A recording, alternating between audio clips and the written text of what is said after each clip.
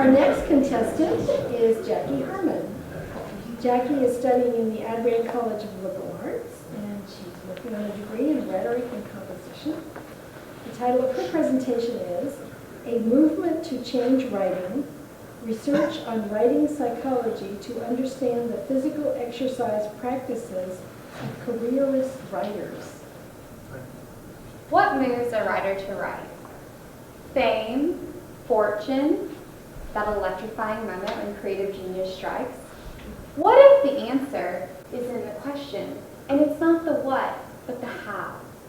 My dissertation research brings us closer to understanding the ever-elusive connection between writing activity and physical exercise in the most talented of writers. Joyce Carol Oates, Louisa May Alcott, Jonathan Swift, what did those three writers have in common? They were all runners. And all of them wrote about how running made them better at the writing they do. Now, of course, to do this research and do it justice, we had to, as humanities researchers, traverse over to where we're not always comfortable, which is into the sciences. So we looked into writing psychology and we looked into exercise science to determine a few things. First and foremost, writers experience a state of flow activity, and athletes experience a state of flow activity too. And yet the two have never been brought together. Up until now, they've existed in silos. And this is where we're working to change the game.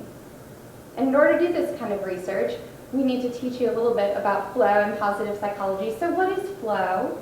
Flow is the ability to write, to run, to paint, to swim as fast as Michael Phelps in the 2008 Olympics. Flow is a state of optimal performance in which one performs at one's very best, only through a continuous, repetitive practice and skilled activity. And oftentimes, when one is experiencing flow, one experiences a floating sensation because they've mastered the performance so well and they move through it with such great ease. So to continue this research, we're talking to marathoners who write novels. We're talking to sports journalists who teach yoga. We're even talking to a few faculty professors, one of whom is a competitive female champion powerlifter. And what we've learned from them has been fascinating. Right now, at this current juncture, if we're able to secure enough funding, we'll be able to travel to a little writing ashram in Berlin, Germany, where every single day, very talented, dedicated writers rise, exercise, write, repeat, day in and day out for 7 days until they've achieved something masterful in their writing. We stand to learn a lot from them still, and we hope to write with and alongside them as work on publishing our results.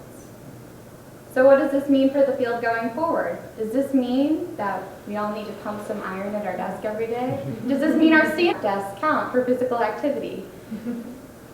We're not saying we need to go train for a marathon in order to be a better writer, but we are saying that what moves writers to write and have productive careers might just be physical movement. And perhaps the way we teach writing and the way we do it might gain some perspective from a downward dog position.